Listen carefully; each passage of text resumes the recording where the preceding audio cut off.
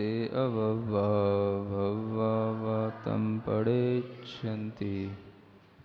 यहाँ पर जिस अतीन्द्रिय अनंत सुख की चर्चा की गई है, उस सुख के बारे में कैसी श्रद्धा होनी चाहिए और उस श्रद्धा से क्या अनुमान लगाया जाता है, ये बताया जा रहा है। नो माने नहीं,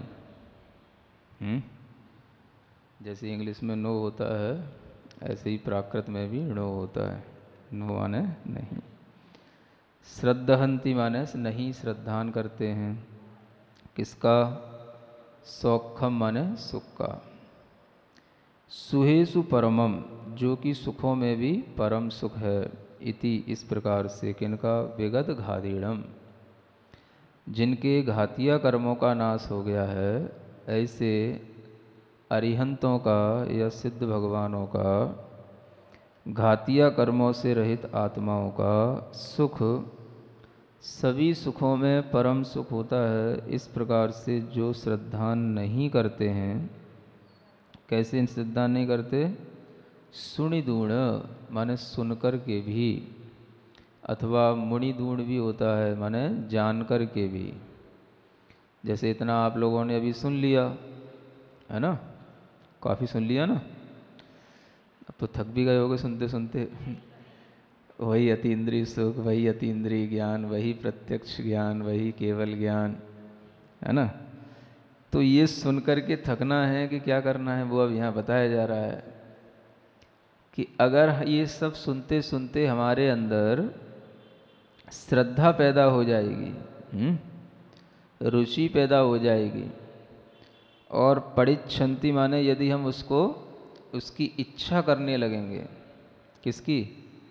उस केवल ज्ञान की या उस अनंत सुख की यदि हम प्रतिच्छन्ति माने उसकी हम इच्छा करने लगें, उसको हम स्वीकार करने लगें, तो कहा जा रहा है ऐसी अगर जीव होंगे तो ये तो फिर आप समझना कि वो नियम से भव्य जीव हैं, आसन्न भव्य हैं।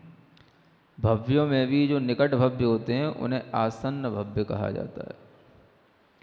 तो जो इसकी श्रद्धा कर लेंगे, स्वीकार कर लेंगे, वो तो कहलाएंगे भव्य जीव, और जो सुनकर के भी इसकी श्रद्धा नहीं करेंगे वो कहलाएंगे अभव्य जीव। ठीक है। आप पूछते हो कई बार, महाराज हम भव्य हैं कि अभव्य हैं। अब महाराज कैसे बता दें आपको कि आप भव्य हैं कि अभव्य हैं? भव्य और अभव्यपना तो किसी भी महाराज के देखने में आ नहीं सकता, क्योंकि यह तो आत्मा का एक स्वाभाविक परिणाम है। इसी को पारिणामिक भाव कहा जाता है। क्या बोलते हैं इसको? हाँ, 5 प्रकार के भावों में जो भाव किसी कर्म की अपेक्षा नहीं रखता उसे पारिणामिक भाव कहते हैं। तो जो भाव कर्म के उदय से होते हैं उन्हें औदयिक भाव कहते हैं। जो भाव कर्म के क्षयोपशम से होते हैं उन्हें क्षयोपशमिक भाव कहते हैं। जो भाव कर्म के क्षय से हो जाते हैं उन्हें क्षयिक भाव कहते हैं। और जो भाव कर्म के उपशमन से होते हैं उन्हें औपशमिक भाव कहते हैं। तो ऐसे 4 भाव तो कर्म की अपेक्षा रखते हैं कि इसमें कर्म का उदय होना चाहिए, कि क्षयोपशम होना चाहिए, कि उपशम होना चाहिए, कि क्षय होना चाहिए। किंतु ये भाव ऐसा है जिसमें कर्म की किसी उदय आदि की अपेक्षा नहीं। जीव का जो स्वाभाविक भाव होता है वह उसका पारिणामिक भाव कहलाता है। तो ये पारिणामिक भाव ही होता है भव्यपना या अभव्यपना। किसी के द्वारा, न तो कर्म के द्वारा ये उत्पन्न हुआ भाव है और ना कोई अन्य शक्ति तो वैसे भी नहीं है, कोई ब्रह्मा ईश्वर कुछ भी नहीं है। तो किसी के द्वारा ना तो ये उत्पन्न किया हुआ भाव है और ना किसी के द्वारा बनाया हुआ भाव है। ये भाव तो जीव का अपना स्वभाव से है, बाय नेचर, है ना। कुछ चीज़ें ऐसी होती हैं जो हमें स्वभाव से हमेशा मिलती हैं और उस स्वभाव भाव से ही हमको उससे स्वीकार करना पड़ता है। प्रकृति में भी, हमारे सामने भी बहुत सारी ऐसी चीज़ें हैं जो स्वभाव से ही होती हैं। अब आपसे कहा जाए कि अग्नि का स्वभाव जलाना क्यों है या अग्नि का स्वभाव उष्णता क्यों है, तो स्वभाव के पीछे कोई रीजन नहीं होता, कोई कारण नहीं होता। इसीलिए आचार्य कहते हैं स्वभावो अतर्क गोचरः, स्वभावभूत वस्तु कभी भी तर्क का विषय नहीं बनती है। तर्क माने जिसको हम हेतुओं से सिद्ध कर सकें, जिसको हम किसी भी रीजन कारण साधन से सिद्ध कर सकें, ऐसा नहीं हो पाता है ना। तो दुनिया में बहुत सी ऐसी चीज़ें हैं जिनको हम यथावत स्वीकार करते हैं, उनकी उत्पत्ति होने का कोई कारण हो सकता है, लेकिन उन वस्तुओं का वैसा स्वभाव क्यों है तो इसका कोई कारण नहीं होता है। किसी भी साइंस में नहीं पढ़ाया जाता, ना किसी फिजिक्स में, ना केमिस्ट्री में। आप देख लो, पानी तरल होता है तो क्यों होता है, इसका कोई कारण नहीं है, कोई उत्तर नहीं है, और ना कोई कभी पूछ पाता है। अग्नि गर्म क्यों होती है, पानी ठंडा ही क्यों होता है, हाँ? हवा बहती ही क्यों है। ये अलग बात है कि ये हवा कैसे उत्पन्न होती है, पानी कैसे उत्पन्न होता है, अग्नि कैसे उत्पन्न होती है, लेकिन ये ऐसी ही क्यों है, इस तरीके की जो परिणति है, जो उसका गुण है या स्वभाव है, वह कभी भी किसी भी तर्क पर आधारित नहीं होता। उसमें हम कोई भी आर्ग्यूमेंट नहीं दे सकते हैं, क्योंकि आर्ग्यूमेंट के लिए हमें बताना पड़ता है कि व्हाट इज़ द कॉज, इसका कारण क्या है। तो जिस चीज़ में कोई भी तरीके का कॉज रीज़न कुछ ना मिले, वो चीज़ कह जाती है इट इज़ नेचुरल थिंग, है ना। ये अपनी स्वभाव से ही ऐसा है। तो इसी तरीके से आप ये समझना कि जो जीव भव्य होते हैं या अभव्य होते हैं, वह बाय नेचर ही इस तरह से ही उनकी आत्मा की क्वालिटी होती है कि कुछ जीव भव्य के ही रूप में होते हैं और कुछ जीव अभव्य के भी रूप। तो जो जिस तरीके का नेचर है, we can never change it. Nature को कभी चेंज नहीं कर सकते, है ना। कि पानी को हम कभी गर्म कर लें, ठंडा कर लें, ये तो ठीक है, लेकिन तरलता जो पानी का गुण है उसको हम कभी मिटा नहीं सकते। अब आप कहो हमने उसकी बर्फ़ बना दी, जमा दिया पानी को, तो तरल नहीं रहा, तो फिर वो पानी नहीं रहा, फिर वो बर्फ़ हो गया। आप कहो कि हमने उसको इतना गर्म कर दिया कि उसको वेपराइज कर दिया, तो वो भाप बन गई, वो फिर पानी नहीं रहा, तो वो उसकी फिर अनदर फॉर्म हो गई, उसकी दूसरी पर्याय हो गई। वो जो चीज़ है वो उसी रूप में रहेगी। मतलब पानी है तो तरल होगा, वो बहेगा ढलान की ओर। तो ये जो चीज़ें होती हैं जिस किसी भी पदार्थ की, जैसे हम प्रकृति में देखते हैं, ऐसे ही आत्मा भी अपना एक स्वभाव रखती है। ज्ञाता दृष्टापना जैसा उसका स्वभाव है। अब कोई पूछे कि जीव जानता देखता ही क्यों है, तो ये उसका गुण है, यही उसका स्वभाव है। अब जानने में, देखने में, क्यों जानता है, क्यों देखता है, तो ये उसका अपना स्वाभाविक भाव है। इसी तरीके से भव्यपना और अभव्यपना भी ऐसा समझना चाहिए कि ये भी जीव का अपना स्वाभाविक भाव है, और जो स्वाभाविक भाव होता है उसी को पारिणामिक भाव कहते हैं। क्या बोलते हैं उसको? हाँ, अपने परिणाम से स्वयं उत्पन्न हुआ, ये उसका पारिणामिक भाव है। तो इस पारिणामिक भाव को कभी भी चेंज नहीं किया जा सकता है। हाँ, भव्य को अभव्य नहीं बना सकते, अभव्य कभी भव्य नहीं बन सकते। तो जो अभव्य हैं फिर महाराज वो हमेशा संसार में ही रहेंगे। क्या कर सकते हैं, उनको कभी मोक्ष का सुख नहीं मिलेगा। ऐसी उनने क्या गलती कर ली, तो गलती कुछ भी नहीं है, बाय नेचर ऐसा ही उनका स्वभाव है ना। और उनके लिए कभी ऐसा निमित्त मिल जाए कि वे भी मोक्ष मार्ग पर लग जाएं, तो वे बाहर से तो लग जाएंगे लेकिन भीतर से कभी नहीं लग पाएंगे, क्योंकि अभव्य को कभी भी सम्यक दर्शन की भी प्राप्ति नहीं होती है। क्या समझ आ रहा है? हाँ, कितना भी सुनेगा, कितना भी कुछ करेगा, लेकिन उसे सम्यक्त भाव भी उत्पन्न नहीं होगा। तो ये भी उसके उन कर्मों के तीव्रता के कारण से होता है कि जैसे मिथ्यात्व कर्म है तो वो कभी अभव्य का गलेगा नहीं।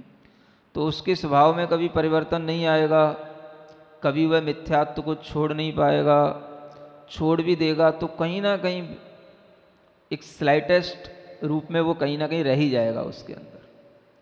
तो ये जो चीज़ होती है ये बताती है कि हर किसी का जो स्वभाव है वह उसका अपने आप मिला हुआ है, उसमें उसका कोई दोष नहीं, और उसके लिए अगर कभी कोई मुक्ति ना मिले तो उसमें भी कोई उसका कुछ भी दोष नहीं।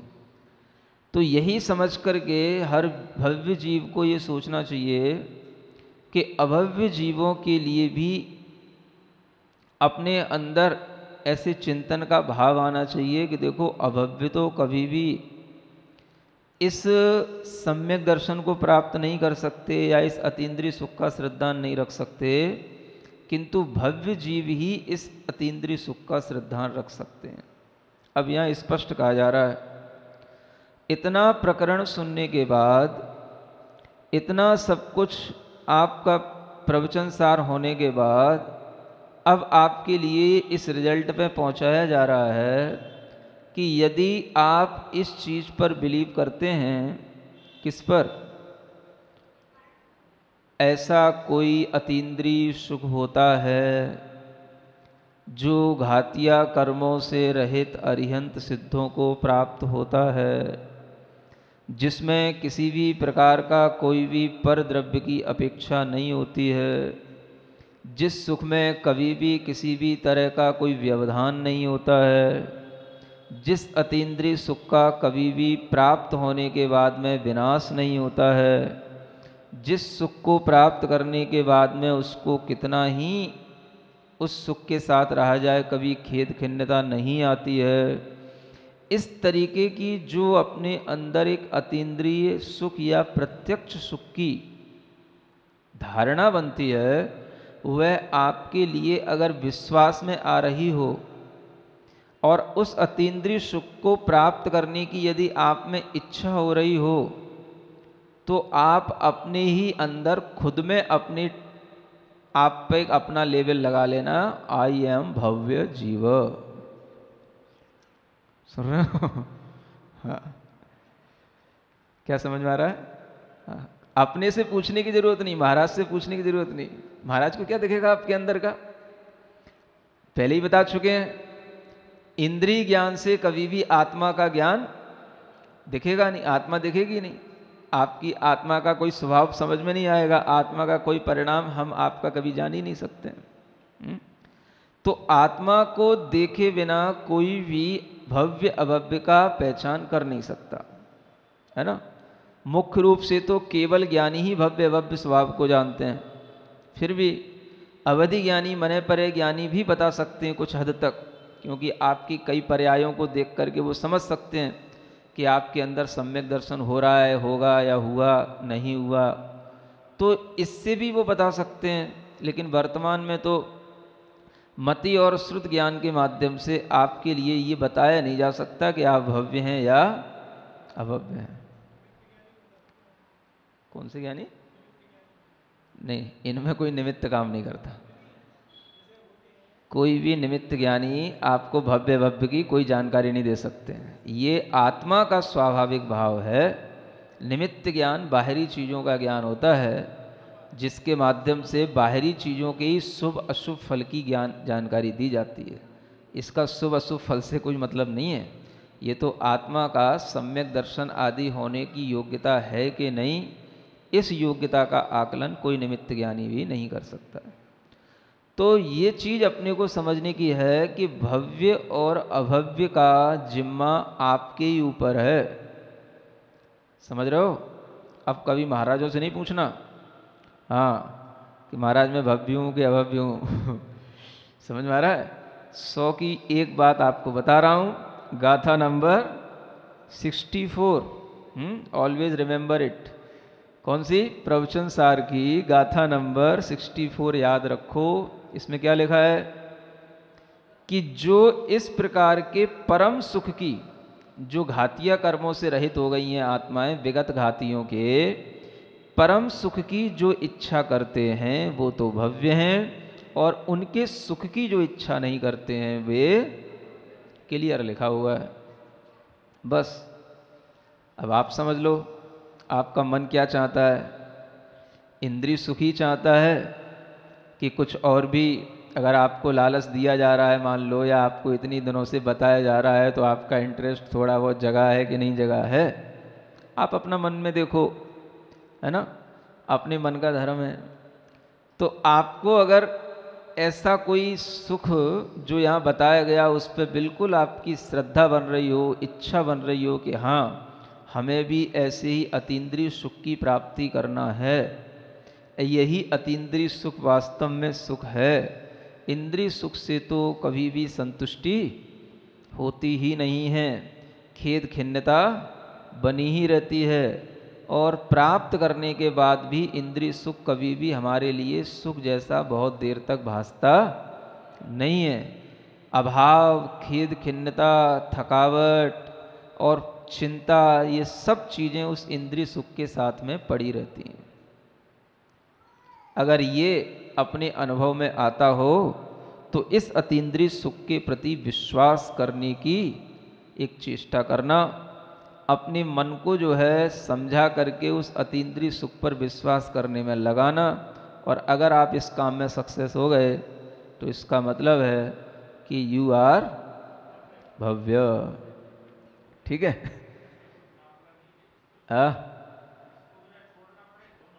अच्छा, तो छोड़ने को कौन कह रहा है? बड़ी अच्छी बात कही। इसको भी ना छोड़ना पड़े और वो भी मिल जाए, दोनों हाथ में लड्डू आ जाएं, तो लड्डू तुमसे छुड़ा कौन रहा है? हाथ में लड्डू रखे रहो और दूसरे हाथ के लड्डू पर भी विश्वास रखो कि दूसरे हाथ में एक लड्डू ऐसा भी है। चलो ठीक है, लड्डू नहीं छूट रहा तुमसे, कोई बात नहीं, रखे रहो उस लड्डू को अपने पास में और उस पर लट्टू होते रहो कोई दिक्कत नहीं। लेकिन इतना तो विश्वास कर लो कि ऐसा भी सुख है जो इस लड्डू में नहीं है, जो हमारे हाथ में है, जिस पे हम लट्टू हो रहे हैं हाँ, उससे बढ़कर के सुख दूसरे जो हमें दिया गया है उसमें है, और इस सुख में तो कुछ भी नहीं है ना। ये तो पराधीनता का सुख है। कब तक हाथ में लड्डू रहेगा? कहो तो हाथ में रखी रखी फिसलता फुसफुस होता जाए है? हाथ में रखी रखे फूट जाए, मुंह तक लाते लाते गिर पड़े हैं? हाँ, जीभ पे आते आते भी गिर पड़े, कोई ज़रूरी नहीं है। तो ये लड्डू कब तक हमारे हाथ में रहेगा? इसका स्वभाव क्या है? और ये जो लड्डू है इसको चलो हम कुछ देर के लिए रख भी रहे हैं, कोई दिक्कत नहीं, लेकिन अगर आपको इससे बढ़कर के ये दिखे, ये है बिल्कुल अच्छा प्योर सुख जिसमें किसी भी तरीके की कोई भी डिस्टरबेंस नहीं, कोई भी जो है डिपेंडेंसी नहीं, समझा रहा है, कोई भी डिस्ट्रक्शन नहीं, ऐसा 3D से रहित सुख क्या समझ में आ रहा है? 3D से रहित सुख कौन कौन सी 3 चीज़ें हैं? Without disturbance, without dependency and without destruction. ये 3 तरीके की जिसमें डी ना हो, ऐसा सुख अगर अपने को दूसरे हाथ में भी रखा हुआ दिख रहा है, बस विश्वास ही तो करना है। छोड़ने कौन कह रहा है आपसे? अरे विश्वास नहीं है, यही तो बात है। देखो नहीं, ऐसा नहीं, अगर विश्वास होगा तो अभी आगे बताने वाले हैं कि देखो विश्वास कैसा होता है। थोड़ी देर और रुको, अभी बताने वाले हैं। अभी ये आगे की गाथा में आपको बताया जाएगा कि अगर आपको विश्वास है तो देखो, जिस चीज़ पर विश्वास होता है तो हमारा इंटरेस्ट, हमारा माइंड का इंक्लिनेशन उसी तरफ होता है फिर। हाँ, जिस चीज़ पर विश्वास होता है, छूट नहीं रहा है अलग बात है, लेकिन एक्सेप्ट करना क्या है, ये दोनों बात अलग अलग बात हो गई ना। इसको हम नहीं छोड़ रहे, चलो कोई बात नहीं, तुम नहीं भी छोड़ोगे तो ये छूटेगा ही, लेकिन हमारे मन में ग्रहण करने का भाव किसका होना चाहिए? किसका? जो हाथ में है? हाँ, है नहीं। अगर उसके प्रति ग्रहण करने का भाव होगा तो आपके दिमाग में फिर वही घूमेगा। इस लड्डू पे फिर लट्टू नहीं होगे। हाँ, लड्डू है। अब उससे अच्छा वाला भी हमें जब दिख रहा है। अच्छा एक बात बताओ, जब आपके सामने कभी किसी ने कोई एक चीज परोस दी, ठीक है ना, सुन रहे हो ना, एक चीज आपकी, पहले तो पत्तलें चलती थी, कुछ परोसा जाता था। सपोज करो आपके सामने कभी किसी ने कोई एक अच्छा आइटम, स्वीट आइटम रख दिया आपके सामने, एक रख दिया। जब वो दूसरी बार फिर आया चक्कर लगा करके, पहले ऐसा होता था ना, एक बार परोस गया, फिर दूसरी बार फिर आया, फिर उससे भी कुछ अच्छा टेस्ट ही लेके आया। सुन रहे हो ना? उससे भी अच्छा लेकर के आया। अब आपने जब उसके हाथ में वो देखा तो आपका मन हुआ कि ये भी ये रख दे, ठीक है ना। आपने उससे कहा, उसने चलो बिना कहीं भी चलो रख दिया। अब आपका पहला काम क्या होगा? उस समय आपका विचार क्या होगा कि हम पहले किसको चखें, किसको खाएं, है? किससे किसका स्वाद लें?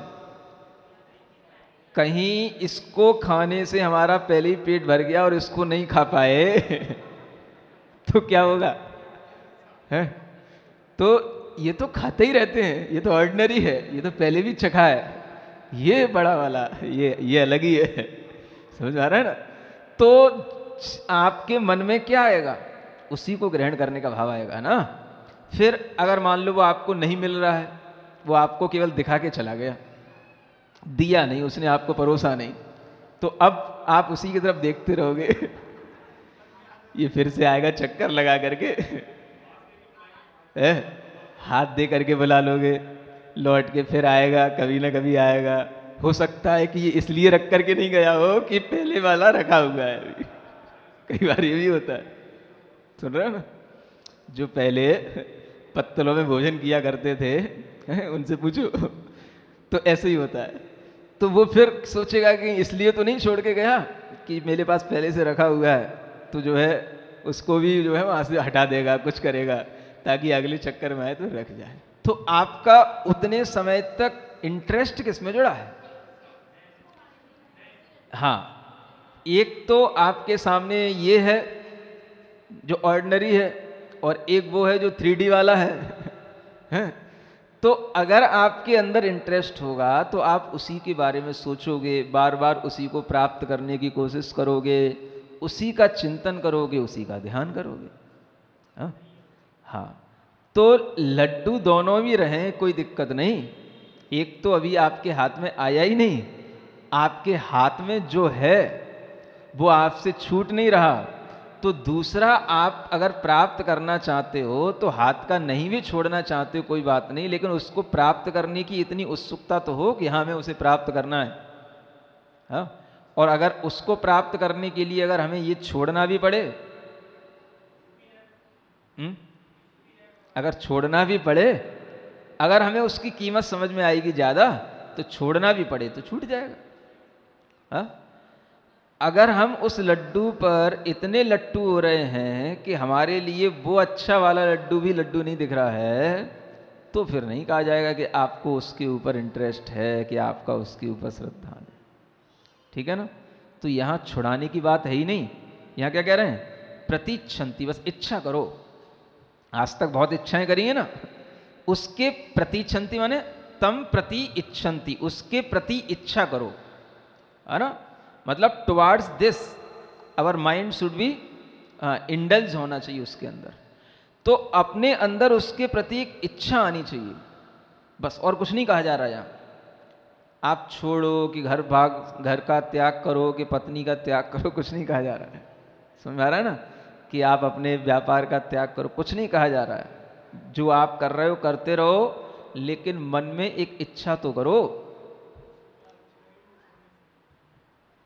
सुप्रीम ब्लिस क्या है, वेयर, व्हाट, ये जब अपने अंदर आएगा तब जाकर के अपने आप ये इंद्रिय सुख आपको फीका लगने लगेगा,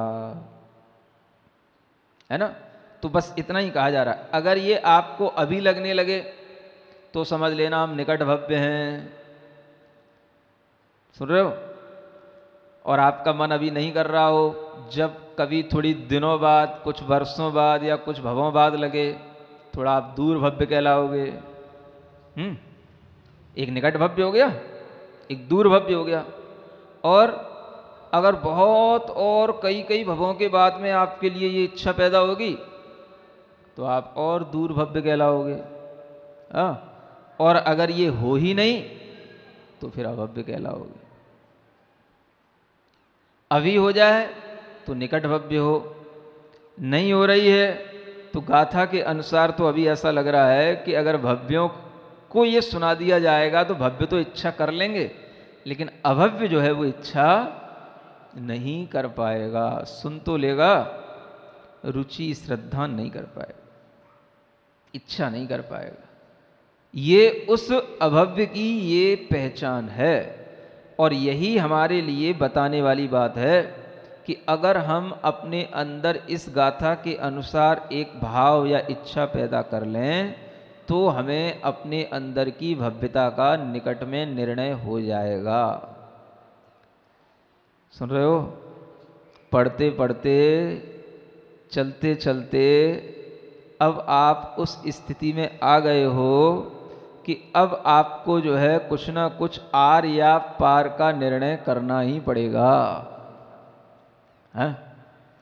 अभी तक तो ऐसे ही खेलते खिलाते घूमते घुमाते आपको इतने दिनों तक ले आए, 62-63 गाथाएं पढ़ा दी, पढ़ ली, है ना।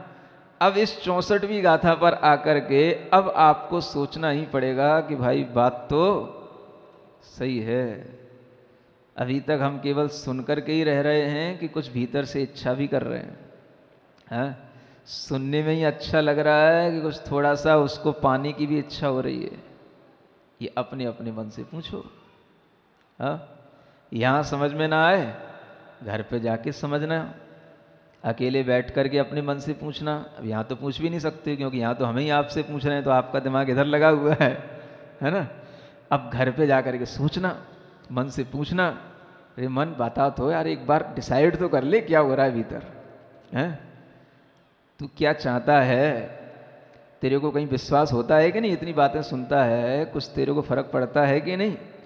कुछ लगता है कि नहीं? हाँ, कोई अरिहंत है कि घाती कर्मों से रहित कोई आत्मा है, कि अनंत सुख भी कुछ होता है, इंद्रिय सुख से रहित भी कोई अतीन्द्रिय सुख होता है। हाँ? कि वैसे ही सब हवा में चल रहा है। देखो, पता होते हुए भी अपने अंदर सेल्फ ऑब्जर्वेशन करना जरूरी होता है ना। एक पता बुद्धि में होता है और एक पता हृदय में होता है। बुद्धि में तो सबको पता है, लेकिन बुद्धि इसके पते से हट करके हृदय से पता करना कि हम उस चीज़ को हार्डली चाहते हैं कि नहीं चाहते हैं, ऐसा। बुद्धि का काम तो हो गया ज्ञान प्राप्त करना, सुज्ञान आपको मिल गया, आपके पास ज्ञान है, सो ये ज्ञान हो गया। अब आप उसको अपने मन से हृदय से क्या चाहते हैं, उस विषय में आपकी श्रद्धा है कि नहीं, ये सोचना। हाँ, देखो ये बहुत गहरी चीज़ है, और अगर ये गहरी चीज़ हमारे जीवन में आ जाए तो बाहरी चीज़ों का फिर कोई ज़्यादा महत्व नहीं रहता है। सुन रहे हो? आपने इंद्रिय सुख को छोड़ा, आपने उपवास किया, समझ में आ रहा है? व्रत किया, करोगे, करते ही रहते हो। हाँ? और इंद्रिय सुख को छोड़ने के बाद में उसका प्रयोजन क्या?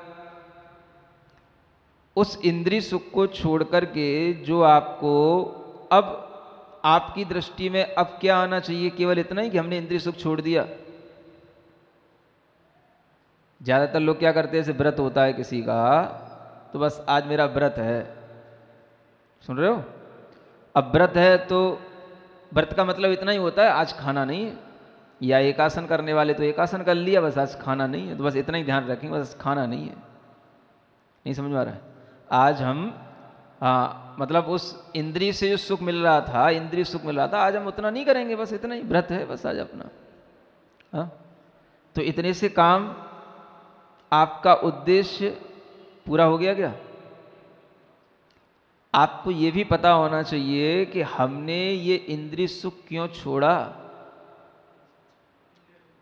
है? उसकी तो दिन भर याद नहीं आती। एक व्रत हो गया, दो व्रत हो गए, एक उपवास हो गया, दो उपवास हो गया, सब हो जाता है। इसकी तो इच्छा करो। इसकी इच्छा हुए बिना उससे कर्म की निर्जरा या उससे अतीन्द्रिय सुख की प्राप्ति के लिए आत्मा में स्थिरता कभी आ ही नहीं सकती। तो ये भीतरी चीज है, इसको सीखने की कोशिश करो। यही कमी रहने के कारण से हमें पुण्य तो मिल जाता है लेकिन आत्मिक सुख नहीं मिलता है ना? तो इंद्रिय सुख क्यों छोड़ा जाता है? आपने तो चलो नहीं छोड़ा, कोई बात नहीं, लेकिन जब छोड़ोगे या जो छोड़ चुके हैं, क्यों छोड़ा? हाँ,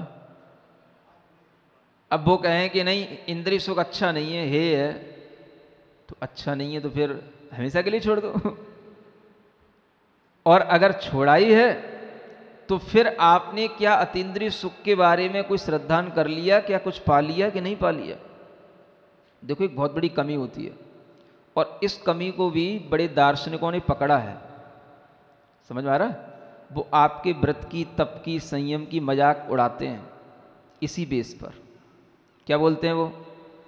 आपको जो सुख मिला था वो सुख आपने छोड़ दिया और जो सुख आपके लिए है ही नहीं उसके आप पीछे पड़े हो। तो अगर आपके लिए जो सुख है, एक हाथ में जो हाथ में आया था वो हाथ का था नहीं और दूसरे हाथ में तो अभी मिला नहीं, तो दोनों से गए बेचारा है? दीना राम दीन दोनों से ही हो गया वो। दो ही दिन से गए पांडे। हाँ, क्या हलवा मिले ना पांडे, ले डूबे जजमान है? तो मतलब दो ही हाथ से गए। समझ में आ रहा है ना? और ऐसा जब वो दार्शनिक आपको बताते हैं या कुछ भी इस तरीके का व्याख्यान देते हैं तो फिर उस व्याख्यान को सुनकर के, समझ में आ रहा है ना, फिर आदमी इंद्रिय सुखों को छोड़ता नहीं है। हाँ, और फिर वो आपकी जैसी स्थिति बनती है कि भाई लड्डू हाथ में रखे रहो, जब अतीन्द्रिय सुख हाथ में आ जाएगा तो छूट जाएगा। वो भी यही सिखाते हैं, दूसरे हाथ में जब तक कुछ नहीं आए तब तक पहले हाथ की चीज क्यों छोड़ रहे हो? एक हाथ में जो तुम्हें लड्डू मिला है उसको तो तुम छोड़ रहे हो और दूसरे हाथ में कुछ आया नहीं, तो तुम तो भिखारी तो थे, बने और ज्यादा बन जाओगे। समझ आ रहा ना? ये दार्शनिक आजकल के, हाँ, जो ज्यादा थोड़े से अलग माइंड से सोचते हैं ना, हाँ, तो ये इस तरीके की फिलॉसफी रहती है ओशो टाइप के लोगों की। समझ में आ रहा है ना? हाँ, ऐसे ही मिलेगा उसमें आप। तो आपको कभी इंद्रिय सुख छोड़ने की इच्छा नहीं होगी क्योंकि आपको लगेगा कि इसको छोड़ने से कुछ होता ही नहीं। तो यहां क्या कह रहे हैं कि आप भी अगर इंद्रिय सुख छोड़ते हैं तो ये ध्यान में रखना कि आपको क्या प्राप्त करना है। अब वो प्राप्त हुआ नहीं हुआ, सबसे पहले तो कैसे प्राप्त होगा? अपनी श्रद्धा में, अपने विश्वास में प्राप्त होगा, है ना? आपकी श्रद्धा में और विश्वास में कोई चीज आ गई तो वह चीज आपके लिए कहीं ना कहीं थोड़ी बहुत आपको सुखद अनुभूति देगी। क्या समझ में आ रहा है? हाँ, ये बात पक्की है।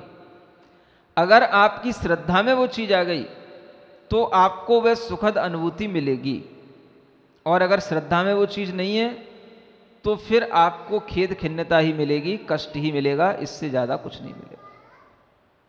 पुण्य मिल जाएगा, बाद में काम आएगा, लेकिन भीतर से अगर श्रद्धा हो गई है तो उस श्रद्धा के कारण से भी आपको सुख मिलने लगेगा, क्योंकि आपका जुड़ाव किससे हो गया?